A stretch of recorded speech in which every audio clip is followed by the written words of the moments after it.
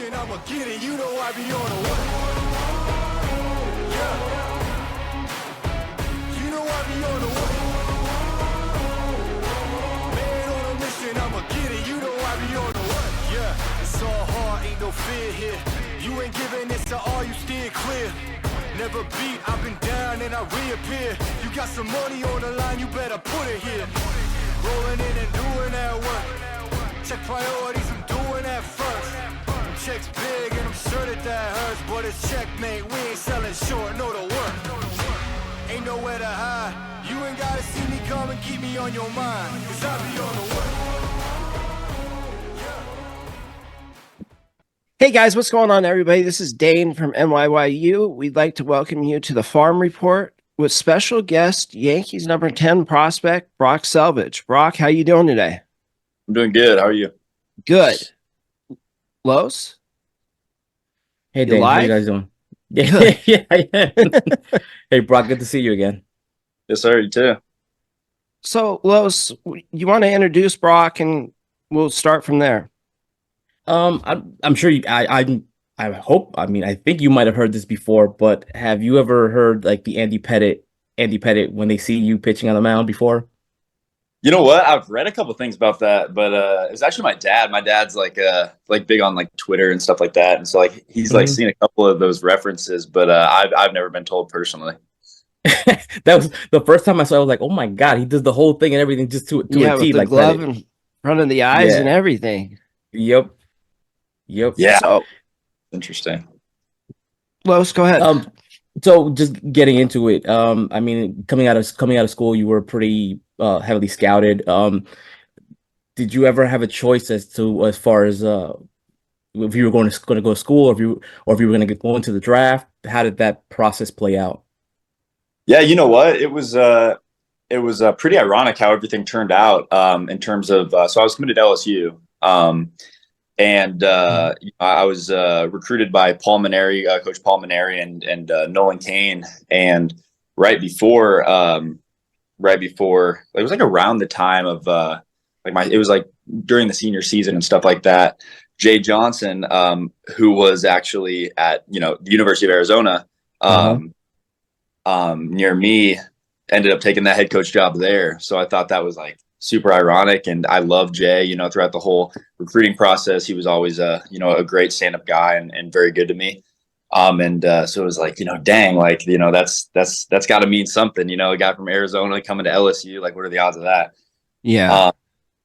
So yeah, no, I told myself, at the start of it, I was going to be very patient, and in terms of the draft, just thought that opportunity presented itself, and it was right for my family and I, then that's the way I was going to go. But at the end of the day, I wasn't against going to college. I think it was a win-win situation no matter what. I could go start my dream and my childhood dream a couple years earlier, or I could go and win a couple national championships with LSU. Good choices to have. Now, when you were on draft day, did you hear from teams? Where were you expecting to land in that draft? You know what? I think it was so a few days before the draft, I was talking to my agent and Garrett, and he he kind of just told me, we're gonna, you got to, this is the part where you trust me. You've done everything you can. You've done everything you can up to this point, and now it's time for him to take care of business, and obviously he did a great job and stuff like that. But yeah, he kind of told me it was like the night before that day 2 of the draft, what it was looking like and where I thought I would go, and stuff like that. We obviously money's a factor, and obviously that opportunity has to play out in terms of how you want it to. Yeah, I'd say the night before is when I knew I was going to be a Yankee. So. Oh wow, that far ahead. That's nice. Well, yeah. Let me ask you. I mean, at that point, when you know you're going to play for the Yankees, I mean, what's your thought like in that moment? I mean, were you a Yankee fans growing up? How did that process play itself out? Yeah, I think that's another crazy thing is like, it's so surreal in the moment where like it doesn't really hit you, way where it's like, Yankees, like that's the team, like, you have anybody that about baseball, you ask them, name a team, they're going to probably say the Yankees, right? And so I think that is just it's an unreal to just think about, wearing the pinstripes and carrying on, the legacy that people, had in the past. In terms of my family and I, we're my dad's from Ohio, so that's kind of like where all of our teams are. And I grew up a football player, so just hearing that Yankee name is very special and surreal for sure. Oh, for sure. Los? So let's say the draft happens. I think I believe you went in the third round, right? In the third round, you were a third round pick. So the draft happens. Now you're told to report to the Tampa complex. Can you talk us through that? What's that? What is that like? Did you meet anybody there? How did that process play itself out? Yeah. So I found out, I think I was like one of the last guys out of our draft class to report. And it was like, I want to say it was like 10 or so days after the draft, but I didn't really know until I got a call and was like, hey, like, in 2 days you're going to come out to Tampa. And I was like, oh, it's like, you go from, I'm a only child in Arizona to saying, basically pack up your life and you're coming to Florida for, basically however long, they want us. So I thought that was like, that's again, a crazy thing. And so I got a couple of my friends over to my house to shock. So I was like, yeah, I'm leaving tomorrow morning, at 8 a.m. So you're not gonna see me for I don't know how long. But yeah, no. So I got a couple of my buddies together and we hung out, stuff like that. But yeah, when I got over there, I think the best thing about my experience was just everybody was so personable. They were just like very welcoming and like, you're a part of that, that family or, however you want to. Yeah. I think they're very good to everybody and treating them as individuals, not as just a group of people, and getting to know everybody from day one. And like, the guys that I met day one, I still talk to this day, which I think is a very special bond to have in an organization like that. It is. Now, when you reported to the Tampa complex, what was the first things they wanted you to start working on? I think it was I think getting all on the same page. So I think like the big thing for me coming out of high school, right? So it's, there's, when you're in high school, it's, you're throwing the ball, you're still just a kid. And then college, there's that development of, learning, analytics, data, and putting everything together and just maturing, like as a young man. So I think at least what I and they wanted to establish first is just like I wanted to get or have better, baseball maturity. Like I wanted to learn about the game. Like I knew how to throw a ball, but I needed to learn, the data and what we were looking for. So, when I get sent home for the offseason and stuff like that, like what can I look for step by step in order to figure out the data that I need to, improve my pitches, spin, just all that design type of stuff. Yeah, so I think a lot of it was the mental part of the game. Because when you think about baseball, it's people think you're just out there and just go throw the ball and throw it in the strike zone. But at the end of the day, like I would say, more than half of baseball is the mental part of it. So absolutely.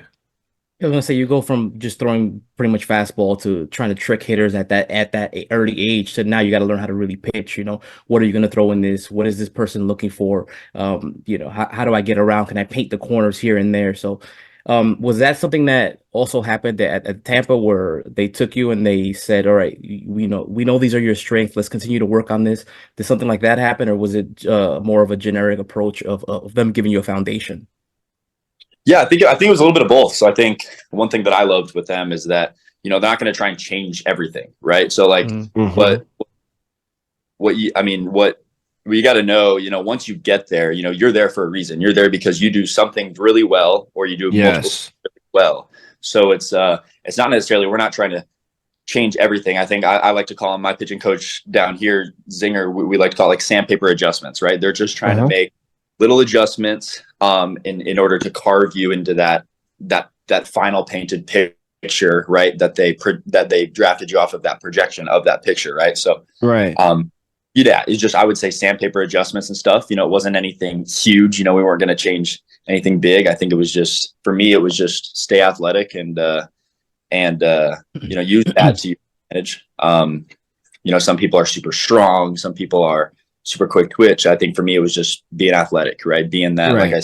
like I said earlier, just being that football player that just is just athletic, and not trying to do too anybody that I'm not.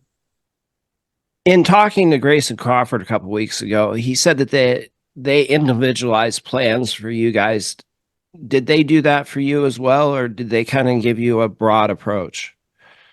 Yeah. So it was more of a individualized approach, less of like a, this wasn't like a cookie cutter where everybody gets the exact same program. Um, it was more of, based on your deficiencies, what you need to work on. Obviously, everybody's different. Everybody has different bodies, stuff. It's a different amount of innings the year before. So I think it's just all about monitoring that workload and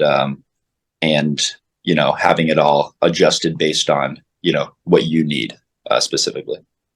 One last question. What was it like for you coming out of high school and then going to Tampa all on your own? Was there a big adjustment for you in that first year being on your own? I mean, one of my good friends pitched for the Rays and he got drafted directly out of high school. And that was one of his most difficult adjustments, was his very first year being on his own. Yeah.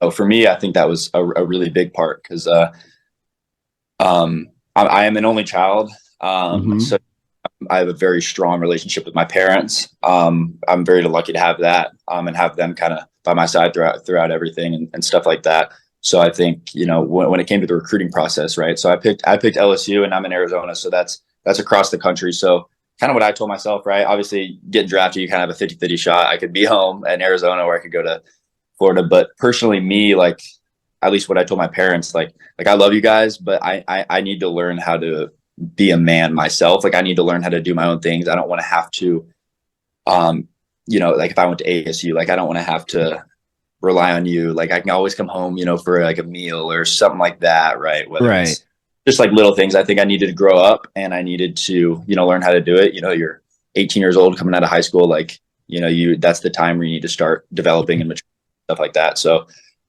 moving out to Florida by myself, although it was a very like sporadic change to what I had been used to, it was very good for me. And at the end of the day, I just tried to keep that in my head and I lied to the end of the tunnel. Like it is good for me and it's going to benefit me in the end. So awesome. That's a very mature approach.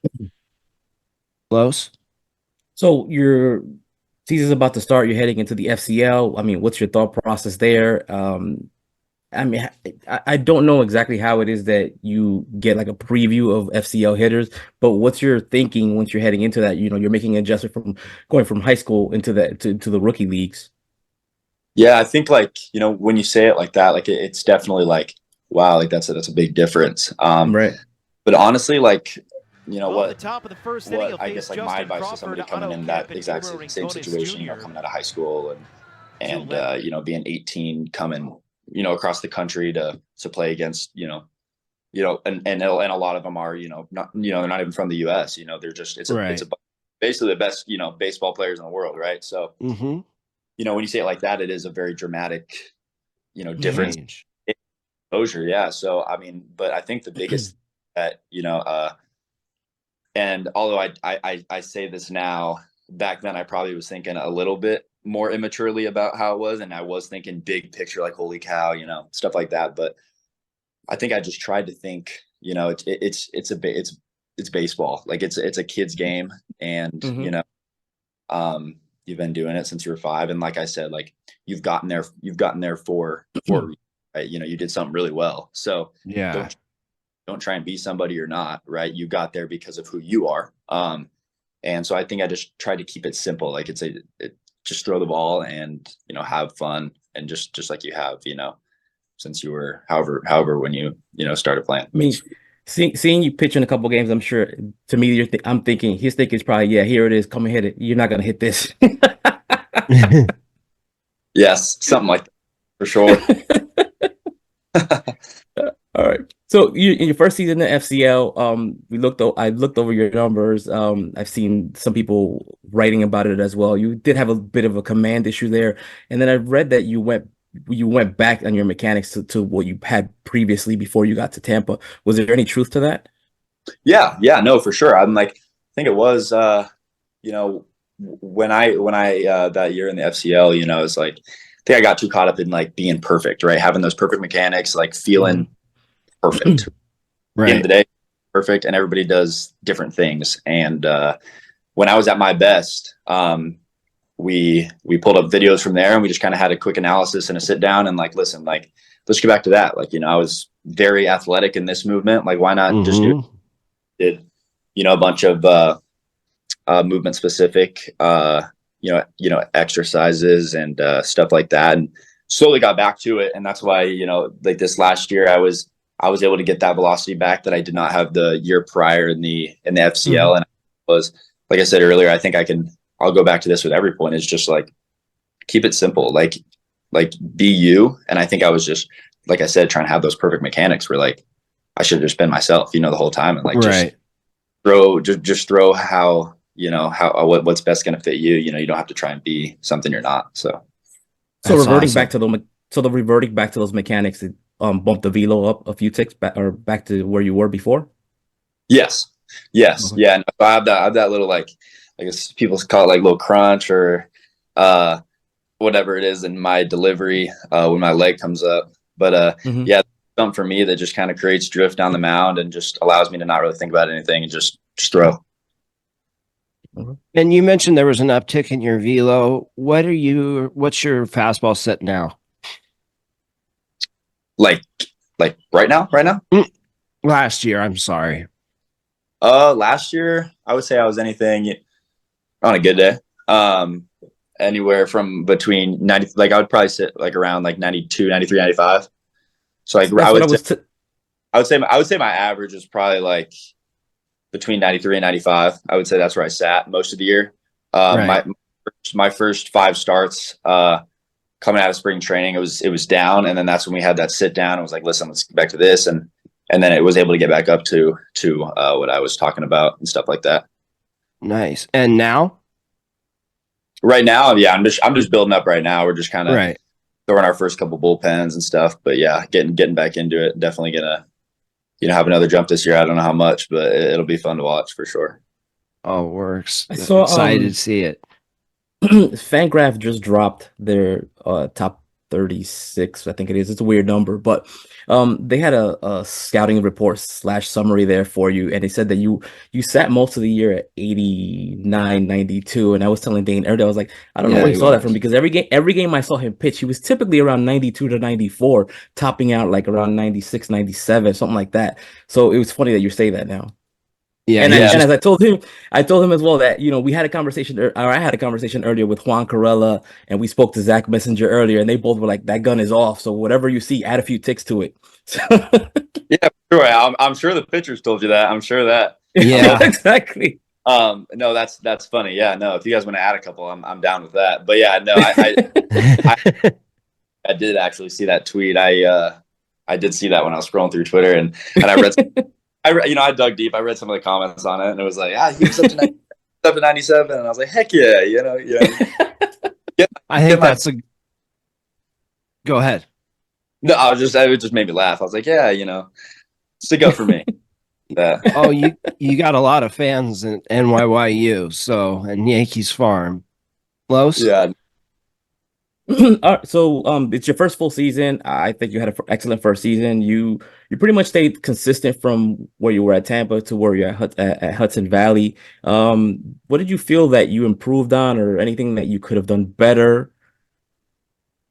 Personally, I guess in that transition, I don't know exactly what it was, but it was probably around half and half, like half Tampa, half Hudson Valley. When I got to the end of the year, I think honestly it was just trusting the process. Like I wasn't really trying to make any dramatic changes. I was just trying to stick to it and make those little sandpaper adjustments and trust my stuff. And obviously, like working with the different pitching coaches, you know, we had Casa down there at Tampa, and he was great. And the communication that he had, you know, with Preston when I got to Hudson Valley was great. And they both, you know, helped me tremendously in terms of, you know, just staying on that plan and just trusting it, and knowing that, you know, I put the work in off the field, that on the field it's gonna produce. So,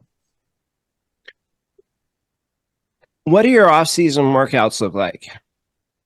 So it's kind of like my first 4 weeks was I took I took like 2 weeks off of throwing, and then in the gym for that period I was just doing like some like movement stuff, keep my body moving, keeping it mobile, and keeping it warm, stuff like that. And then my actual lifting program, my first 4 weeks was 4 or 5 weeks. It was a strength phase, and I'm on the back end of my power phase right now, and then leading into the build for spring training. So around, my January will consist of kind of like a hybrid of both, a power and strength. Right. But, moving weight fast, moving as much weight as I can at a fast pace. Right. Pretty much just trying to build that, explosiveness and power. That's going to obviously input on the mound. And I think the big thing for me was just kind of having stuff that directly correlates to the mound. And I think that's the more I learn about baseball, right? It's not like how much weight can you lift and all this stuff. It's like what's going to get you to, our end goal is I'm trying to throw a baseball hard, right? So right. Whatever is going to get you to that is what you need to do, and not focus too much on the weight rather than how it's going to directly affect you on the mound. Right. Los? The fastball it's not necessarily a sinker, but yet you're inducing about 52% ground balls. Is that just a byproduct of the shape, or is that a two-seamer? Well, actually, I in the FCL, I like only threw a two-seamer that year. And for the most part, I would say about 90% of my fastballs in this past year were four-seamers. So I kind of changed that. And I don't really know what I did see that stat for the ground ball. And I think I don't know, if I had to guess, it would probably just be how my other pitches are kind of playing off of that fastball. I would say, whether I have a couple pitches that dive down, so if I'm throwing it up, they might get on top of it, stuff like that. I think that's just that might just be a byproduct of my secondary pitches. So tell us about your pitch package a little bit. Yeah, so I have a four-seam fastball. I have a cutter, a slider, and a changeup. And I threw my cutter a lot last year. I'm sure you guys know that, but I threw that pitch a lot last year. I learned that about halfway through. I learned it about halfway through that FCL year, but wasn't really super confident in it. It was more of just kind of like a slider-ish. Right. And that's pretty much what it is right now. That my cutter is just a super hard slider. That's kind of how that's how I tell my catcher, just a super hard slider. And obviously I have the sweeper, or the whirly, or whatever you want to call it. It's just kind of pretty much, it's just one's really hard, and then one's that, big horizontal one. And the only reason I say cutter is just because in my head, like, if I'm going to tell a catcher, I don't want to give him different slider signs and stuff like that. But yeah, so I have, and then my changeup this year, it got better towards the end of the year. But that was my big goal this offseason. I would say probably one of, if not my main goal this offseason, is to develop that changeup and get it consistent to where I can use it, probably more than double the amount I did last year. So that's going to be super fun to show when it comes to spring training and then leading into season and stuff, and just progressing on that pitch. I think just continuing to do my best to, perfect that pitch. Now, is that a circle change or straight change? What kind of grip do you use? It's kind of like a hybrid. So it's just kind of, I can find baseball. It's like, I just kind of hold it right here. I've tried a bunch, but where I feel most comfortable is just kind of right here. And then I don't really make a circle. I just kind of have it how, and I could not really have this on the ball at all. So it's just kind of finding that. And then I'm a supinator. So, I mean, I guess my thought process when I throw it is I'm trying to cut it to get that seam shift away so it comes back. Right. Where a lot of guys are here with it. I'm just not like that. That's why I'm able to throw that cutter and slider easily, is just because my hand moves that way. Right. So that's kind of how I'm trying to get that changeup down. And the shape of it, is that something that you guys design in Tampa, or do you guys work on that in season while you're doing your side sessions? It's all together. In season, spring training, off season. I mean, I think the biggest time where we, we try and work on the shape of that would be this offseason, like, in the offseason.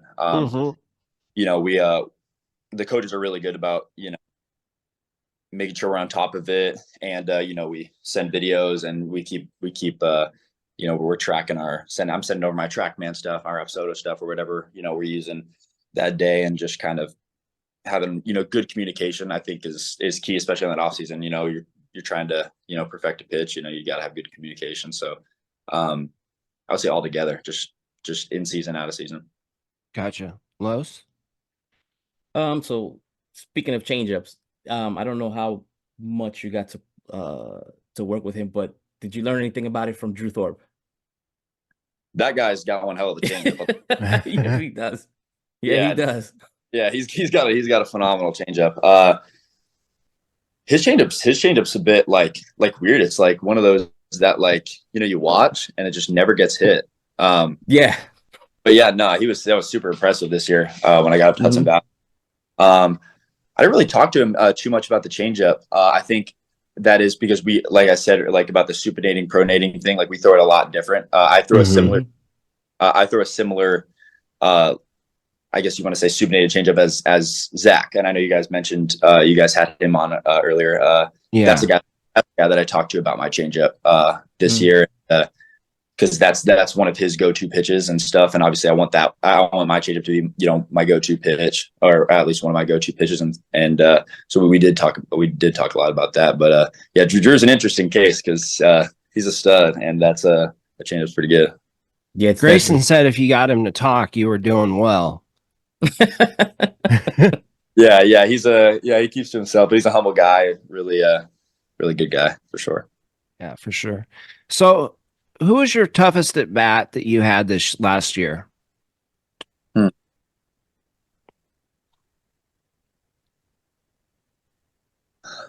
don't know.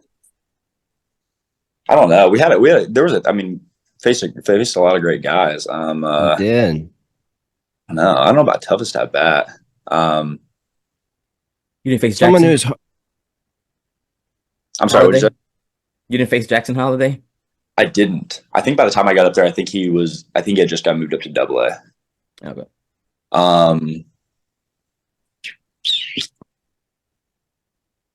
Don't worry about it. The Phillies was good. Oh, okay. Who's that? Rincones. I'm not exactly. I think Gabriel. Oh, Gabriel. Yeah. He's a stud. Yeah, I faced him in Clearwater and in Hudson Valley. Like a bunch of times. My last 3 starts were against them, so I saw him plenty of times. And he's a really good hitter. Gotcha. Los?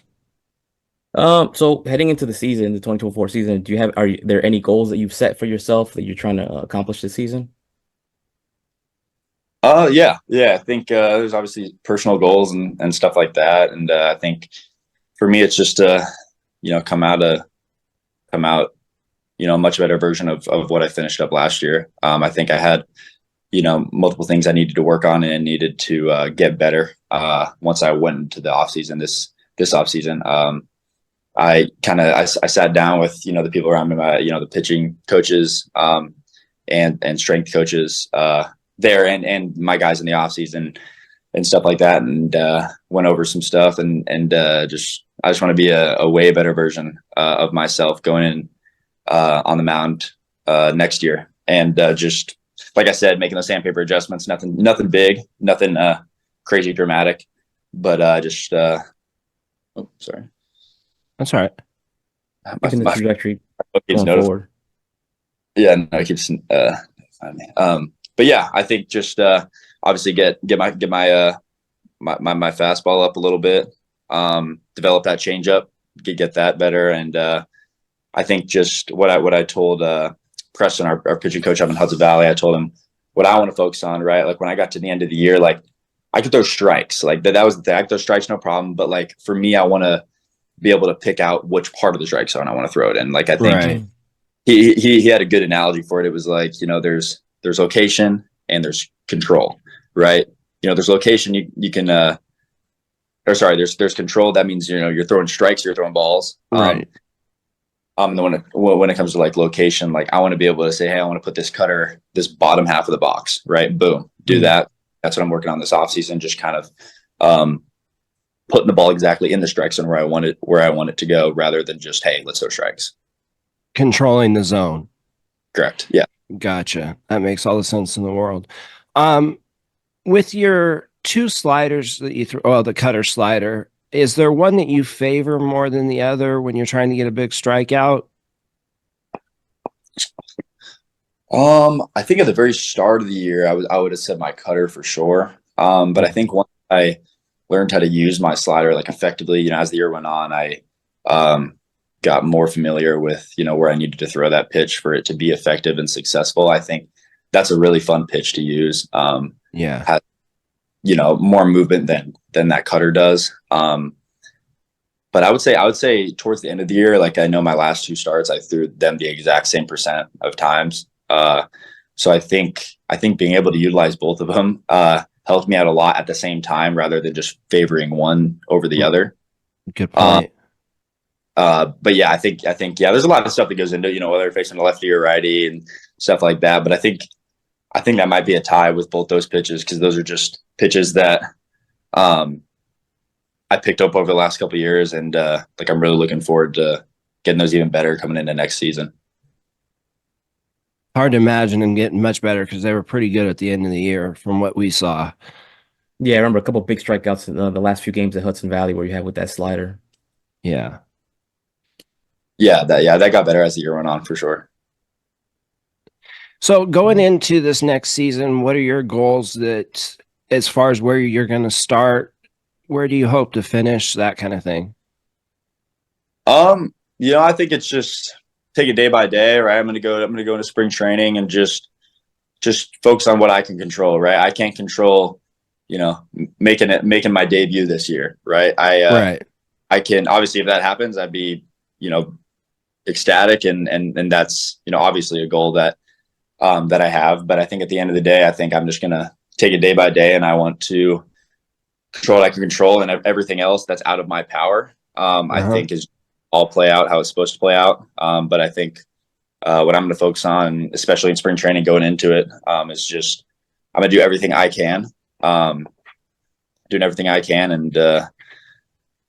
and hopefully it all turns out how I want it to.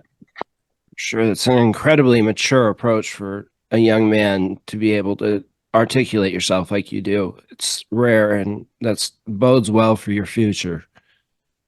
Thank you. Yeah. Los? I think I got what the last question in, but yeah, I definitely want to wish you much success coming into the season. My hope is that hopefully we'll see you in Somerset this year. Yeah. Yes, sir. Or further. We're hoping further. Or if you debut this season, you had a hell of a season.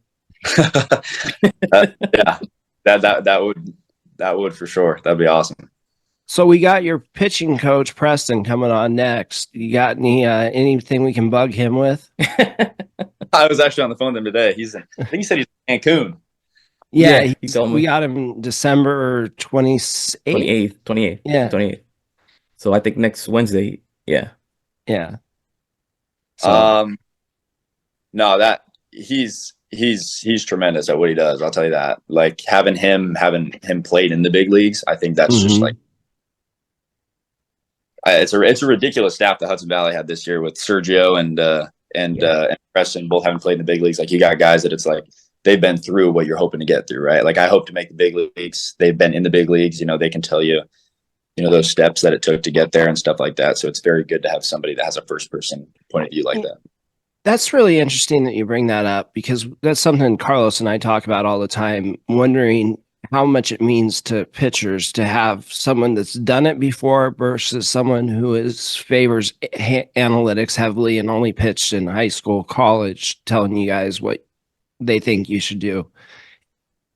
Does having a former player make it mean more? You know what? I think when it comes to coaches, especially in an organization like, the New York Yankees, I mean, I have no more respect for one pitching coach than I do another. Right. But I think it's just like, it's very cool to see, I mean, I was talking to my dad about it actually not too long ago. It was like, we have Sergio who pitched in the big leagues, Preston who pitched in the big leagues. Like those guys have they worked their asses off to get there, and they made it there. So it's, and they know what the journey's like. Exactly. Right. So they know the steps that it took to get there. Like, I mean, I'm 21 years old, and I hope to say, when I'm their age, I hope to say I played in the major leagues. Right. So I think just having them, and it really, like, when they say something, you're going to listen, because, not only do they know it's true, they've literally been through it, and those are life experiences for them. And their knowledge is, priceless when it comes to coaching, for sure. Absolutely. That's awesome. Los, you got anything else? No, I did. You played on the FCL championship team, right? Oh yeah. How was that? That was fun. That's a great group of guys. And once again, it was Sergio and Preston as our coaches that year. Yeah, he was. And that was really cool. Especially first year in it. Like, I was exposed to, meeting a bunch of Latin teammates and stuff like that. Where, like, I love that. Like, I was friends with all those. That's what you're gonna ask Preston. But I love that. I love that. And just, being able to say, you're playing around the best. And, all of us, we were all like, 19, 20 years old. So it's like, we're just out there having fun, playing together and playing as one. And I think that's what it's all about. So that was a really fun year. Awesome. So for all your fans that want to follow you, where can we see you on social media, that kind of stuff? I would say my Instagram is just my name. And I'm on there probably more than any other social media account, I would say. Awesome. Instagram for sure. So guys, make sure to go follow Brock on Instagram. Brock, it was an absolute pleasure having you on. Thank you so much. And we'd love to have you back. Yes. Thank you guys a lot. I appreciate it. Yeah, absolutely. Guys. Top 10 radar. Yeah, we on your radar. Never miss, dog, and that's on occasion. Yeah, we on your radar. Yeah. Hey, look, top floor lifestyle, chef and boy, I'm cooking up.